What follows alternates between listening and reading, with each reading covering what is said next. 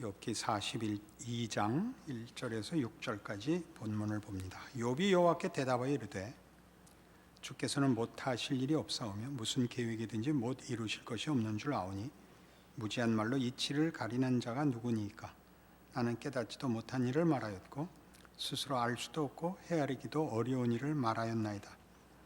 내가 말하겠사오니 주는 들으시고 내가 주께 묻겠사오니 주여 내게 알게 하옵소서. 내가 주께 대하여 귀로 듣기만 하였사오나 이제는 눈으로 주를 배웁나이다. 그러므로 내가 스스로 거두어드리고 티끌과 제 가운데서 회개하나이다. 욥기의 어려움은 이 마지막 결론이 우리의 기대와 좀 다르다는 데 있습니다. 일단 시원하지가 않고 분명하지도 않습니다.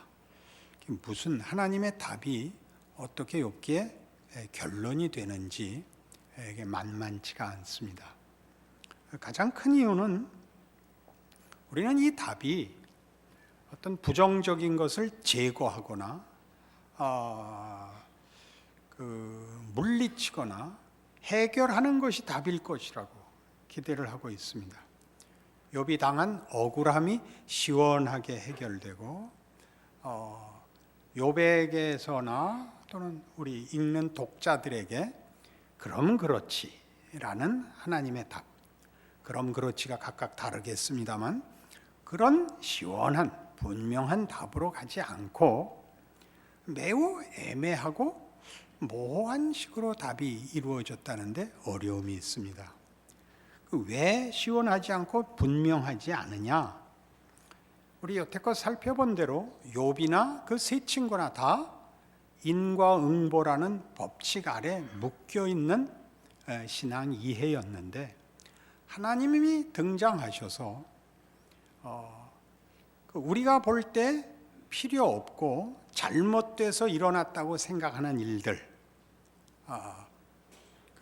낮과 밤에서 밤, 형통과 고난에서는 고난, 의와 불의에서는 불의, 그다음에 성공과 비교하면 실패, 이렇게 이분법으로 나뉜 모든 것들이 하나님의 통치 속에서 결코 없어야 되는 것이 아니라고 답하는데 이 답에 어려움이 있습니다. 하나님이 실패를 조장하신단 말인가? 하나님이 불의를 방관하신단 말인가? 그렇게 간단하지 않다고 얘기한 것이 우리 지난 시간에 본 베헤못과 리워야단이었습니다.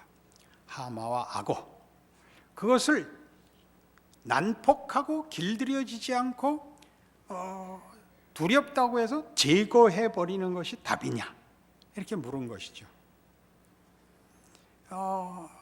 동물의 왕국 보시면 누구 나오는 게 제일 좋아요? 평소에 가까이 할 수 없는 동물이 나오는 게 제일 좋죠. 그렇죠? 제가 볼 때 많이 다 신기했습니다만 하마가 악어와 같은 강물에 있으면서 새끼를 악어떼 속에 밀어넣는 거 볼 때 제일 놀랐습니다. 저 한 입이면 어떻게 되는 거 아닌가 싶은데 악어가 슬슬슬슬 피하던데요. 하마한테는 못 덤비던데요. 그런 거 평소에야 어떻게 옆에 가서 그렇게 보겠습니까? TV로 나오니까 실컷 재미있게 봤고, 얼룩말 나오고 누 나오고 그러면 이제 식상해서 안 보다가 그 악어 나오고 하마 나오면 다시 보고.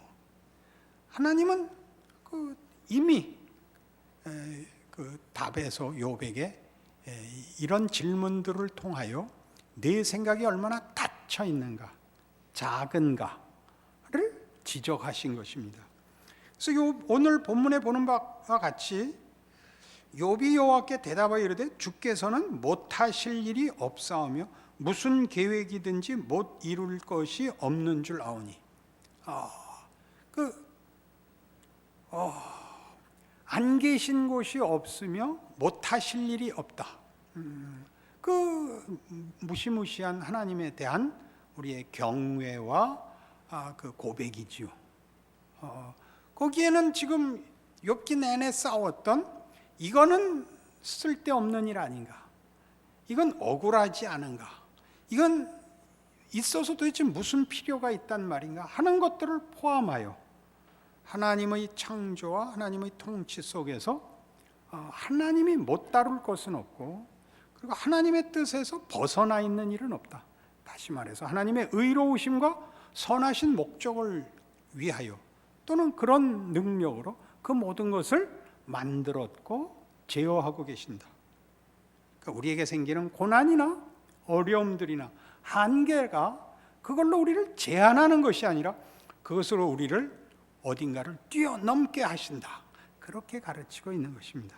그래서 욥은 그렇군요가 아니라 그렇지요, 하나님께서는 못하실 일이 없습니다 라는 고백을 받아냅니다. 하나님의 이 답변에 대하여 욥이 비로소 자신의 이해와 자신의 이 확인이라는 닫힌 방을 열어 젖히게 되는 것입니다. 이것은 그 유명한 베드로의 고백에 사실 신약에서도 반복되고 있는데, 잘 생각해 보십시오. 예수님께서 베드로가 다 굴기 전에 3번 부인할 것이라고 말씀하셨고, 베드로는 다 주를 버릴지라도 나만은 주를 따르겠나이다, 죽는 자리까지 가겠습니다 해놓고 3번 부인하지요. 그리고 이제 부활하신 주님이 갈릴리 바닷가에 나타나시고 이제 다들 주를 알아보고 모이자 베드로에게 묻죠. 저녁 식사를 하시고 시몬아, 네가 이 사람들보다 나를 더 사랑하느냐? 그러니까 뭐라고 대답해요? 내가 주를 사랑하는 줄 주께서 아시나이다. 이게 무슨 말이에요? 제 진심을 아시지 않습니까? 거기서 끝이 아니라 진심은 있으나 능력이 없는 것까지 아시지 않습니까? 그러니 나를 내가 고백한 자리에 가게 주께서 붙들어 주셔야 되는 것, 주께서도 알고 저도 이제 압니다. 요약이 뭐라고요? 내가 주를 사랑하는 줄 주께서 아시나이다. 그 욥이 바로 그 얘기를 하는 겁니다. 다시 읽어볼까요? 욥이 여호와께 대답하여 이르되 주께서는 못하실 일이 없사하며 무슨 계획이든지 못 이루실 것이 없는 줄 아오니 무지한 말로 이치를 가리는 자가 누구니까? 나는 깨닫지도 못한 일을 말하였고 스스로 알 수도 없고 헤아리기도 어려운 일을 말하였나이다. 내가 말하겠사오니 주는 들으시고 내가 주께 묻겠사오니 주여 내게 알게 하옵소서. 내가 주께 대하여 귀로 듣기만 하였사오나 이제는 눈으로 주를 배옵나이다. 그러므로 내가 스스로 거두어드리고 티끌과 제 가운데서 회개하나이다. 이제 터져 나오는 거죠. 내가 이해했던, 내가 확인했던 그런 세계, 나만큼 큰 세계, 내가 상상하고 이해하고 할 수 있는 세계를 이제 하나님을 만나 넘어서지요. 뭘 보고? 하나님이 갖다 들이댄 증거는 뭐였죠? 자연이었습니다. 창조 세계 속에 네가 다 다루고 네가 다 조작할 수 있는 것이 무엇이 있더냐? 얼마나 큰가 봐라. 우리 마태복음 6장만 해도 그 얘기입니다. 공중 나는 새를 보라, 들에 핀 백합화를 보라. 오늘 있다가 내일 아궁이에 던지우는 들풀도 하나님이 이렇게 입히시거든 하물며 너희일까 보냐 믿음이 적은 자들아. 그대로 반복되고 있는 것 같지 않습니까? 거기에다 밀고 있습니다. 그래서 베드로는 이렇게 고백함으로써 말하자면 자신의 이해와 한계를 벗어나 고백적으로 하나님을 붙잡습니다. 베드로가 내가 주를 사랑하는 줄 주께서 아시나이다 라고 얘기한 것 같이 하나님은 무소부재하시며 전지전능하십니다. 그러니 나를 붙잡아 내가 겪은 한계와 무지했던 모든 것을 주께서 합하여 선을 이루어 주시지 않는다면 우리에게는 답이 없습니다 라고 이제 자신을 갖다 바칩니다. 자신의 한계를 이렇게 인정하고 하나님께 자신을 갖다 묶는 것이 어디에 가장 극명하게 하나님께서 우리에게 확인시키느냐 하면 창세기 22장에서 이렇게 확인시킵니다. 창세기 22장은 아브라함이 이삭을 바치는 장면입니다.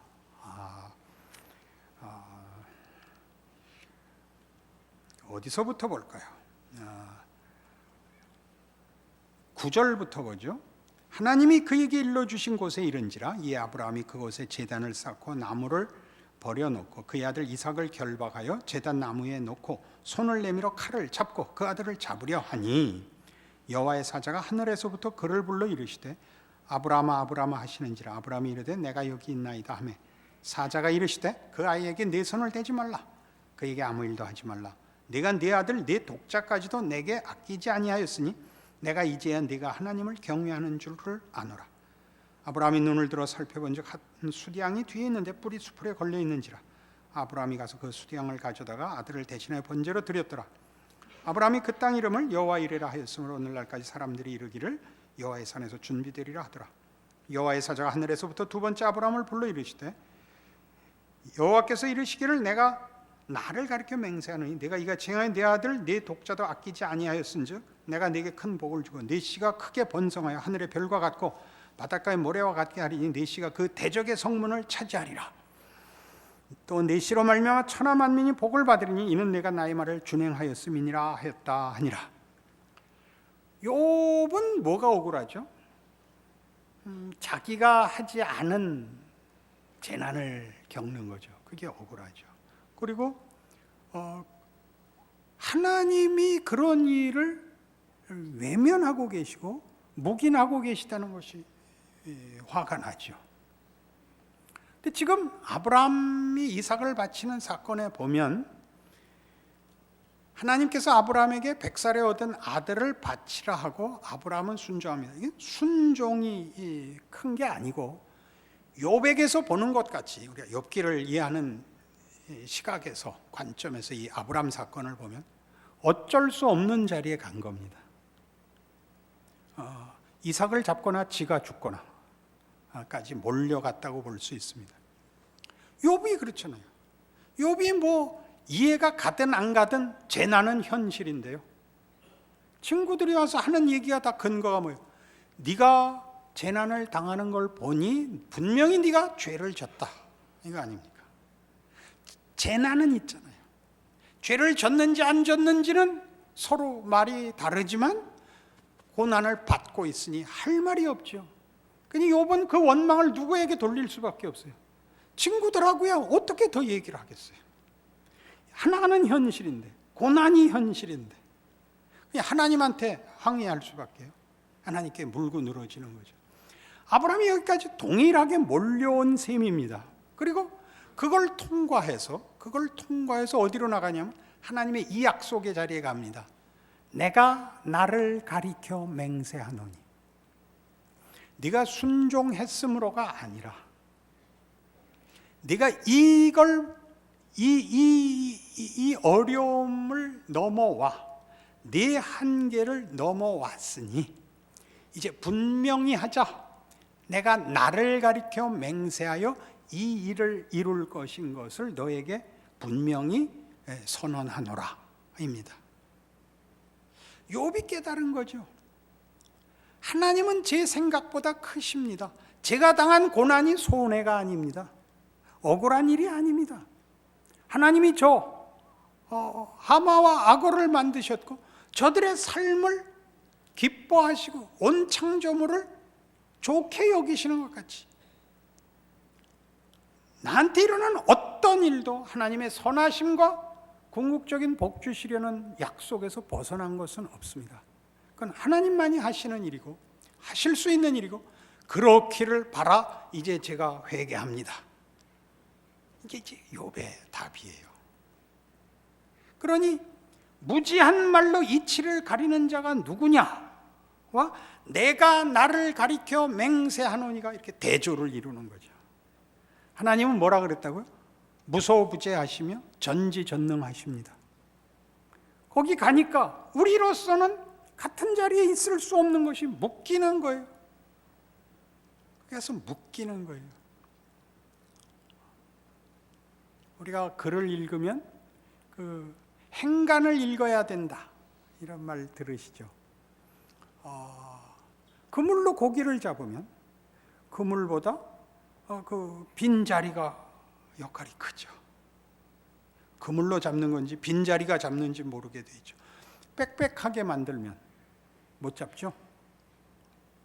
행간을 읽듯이 하나님이 얼마나 크신가를 다만 물리적 개념에서, 공간의 개념에서 큰 것이 아니라 깊고 무한하시고 측량할 수 없다고 성경이 거듭 확인하고 강조하는 이유입니다.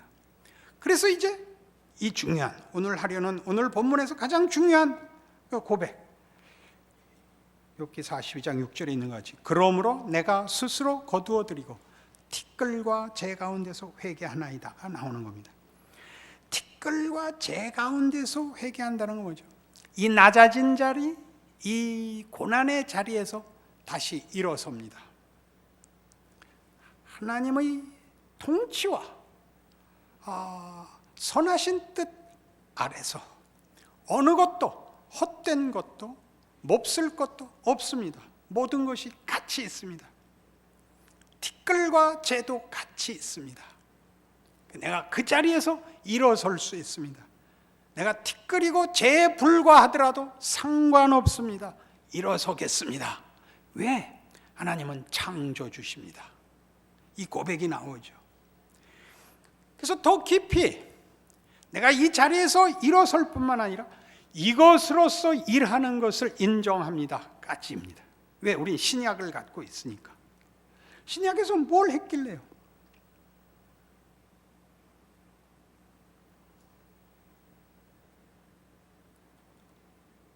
주께서 일하시는 십자가의 길이 그의 고난과 죽음으로 부활이라는 영광을 만들어낸다는 것을 우리는 확인하고 있으니까요.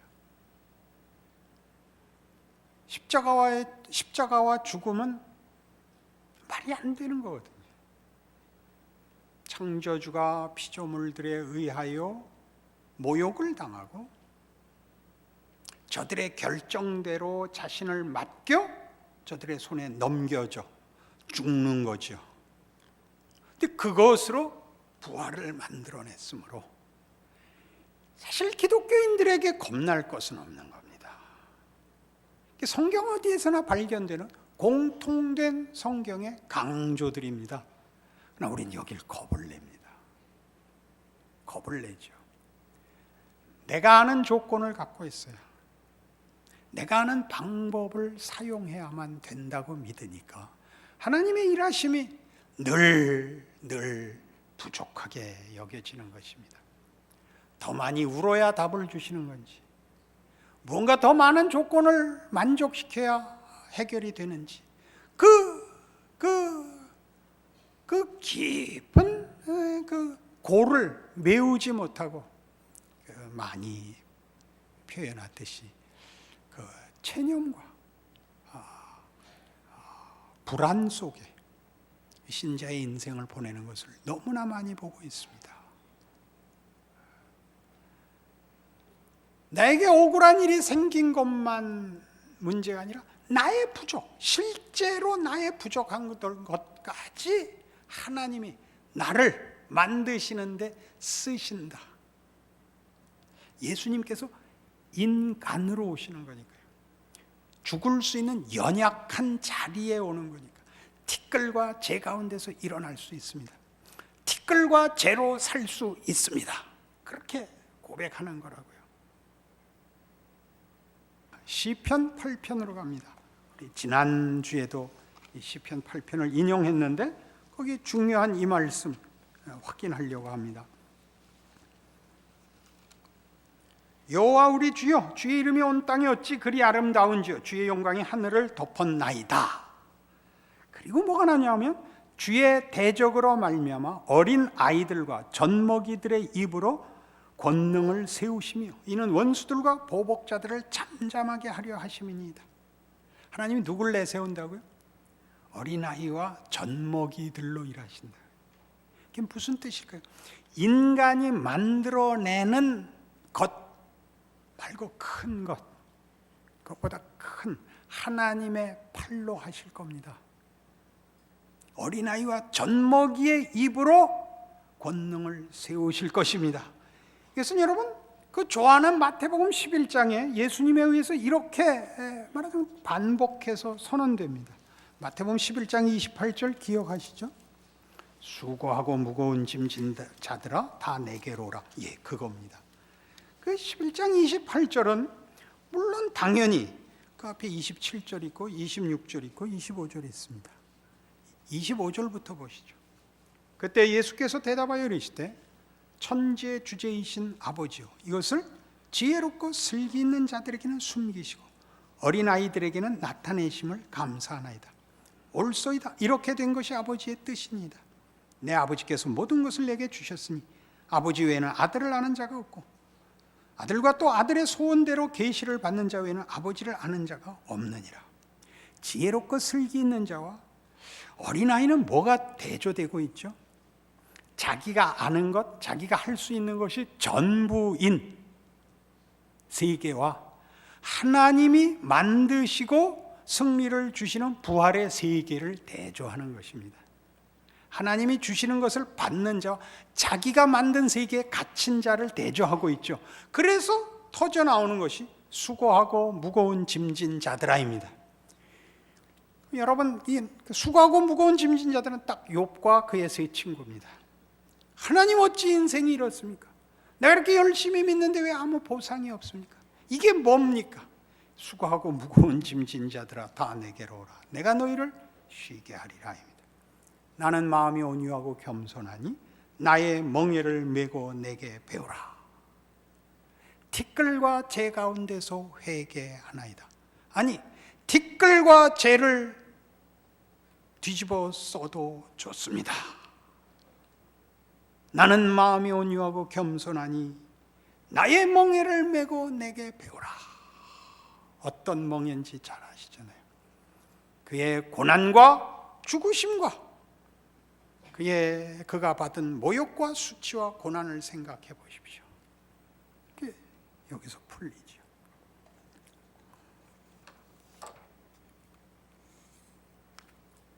이사야 53장에 소개되는 메시아에 관한 예언, 하나님의 종은 고난받는 종입니다. 그렇죠?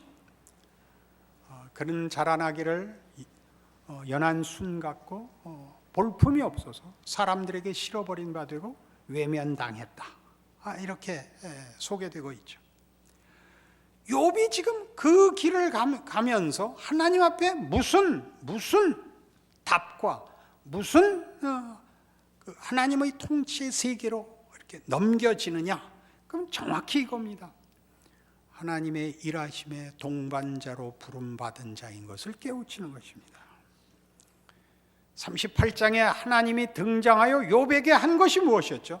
네가 산염소에 새끼치는 것을 보았느냐? 들나귀 다 등장할 때 말하자면 이 창조 세계에서 욥은 하나님 옆에 서 있는 말하자면 손님 같았습니다.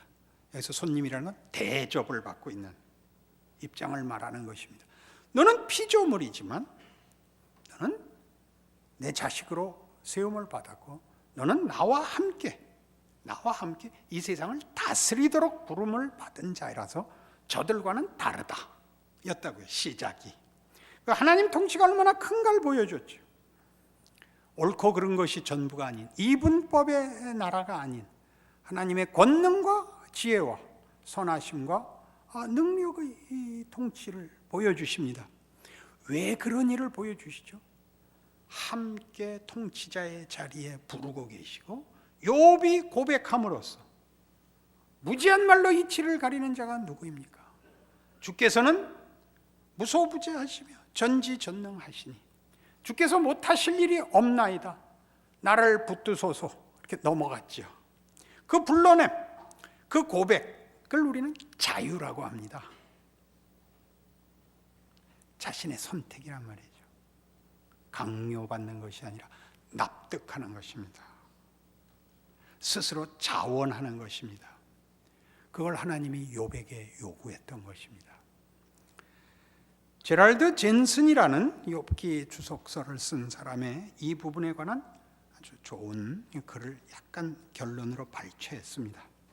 하나님의 일, 하나님을 섬기는 일에 고난당함과 고난으로 하나님을 섬기는 것과 고난으로 온전해지는 것을 욥기는 증언한다. 고난으로 하나님을 섬기고 고난으로 온전해지는 것은 우리 히브리서 5장에 나오는 그가 아들이시라도 받으신 고난으로 순종함을 배워서 온전하게 되셨은즉, 이라는 이 무시무시한 성경의 증언을 우리는 사실 잘 이해할 수가 없습니다. 그가 아들이시라도 받으신 고난으로 순종함을 배워서 온전하게 되셨은즉, 그 한 구약적 증거가 여기 욥에게서, 그의 실제적인 삶에서 확인되고 있습니다. 하늘에 선포된 어떤 다른 개념, 주장, 권면이 아니라 실제 구체적인 한 개인의 인생 속에서 실체로 경험이 주어지고 한 실제 인격이 항복을 하는 자리로 증언대에 서 있는 것입니다. 우리 모두를 위하여 예수께서 실제로 십자가를 지고 죽으셔서 인생을 걸어 우리 모두를 끌어안으신 것처럼, 우리 모두가 그의 역사적 실존 속에서 벗어날 수 있는 자가 없다는 그 넓은 포옹을 예수의 성육신과 고난과 죽음에서 보듯이 욥이 생애에서 그러는 것입니다.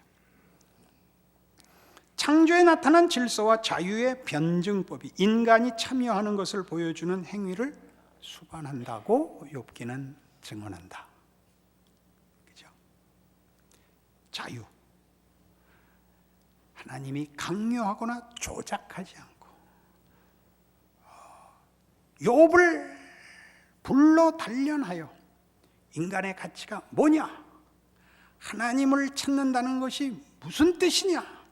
하나님을 안다는 게 무슨 뜻이냐라고 다그쳐 물으셨습니다. 이 답을 낼 때까지 포기하지 아니하시고 타협하지 아니하시고, 그래서 신자의 인생은 고단할 수밖에 없습니다. 다른 것으로 대신하거나 스스로 속일 수 없게 하나님 앞에서 진정한 그의 사랑을 받는 자로 두 발로 불끈 일어서기까지 하나님은 포기하지 않으실 것이며, 우리라는 인생과 존재의 가치도 쉽게 타협될 수 없다고 증언하는 것입니다.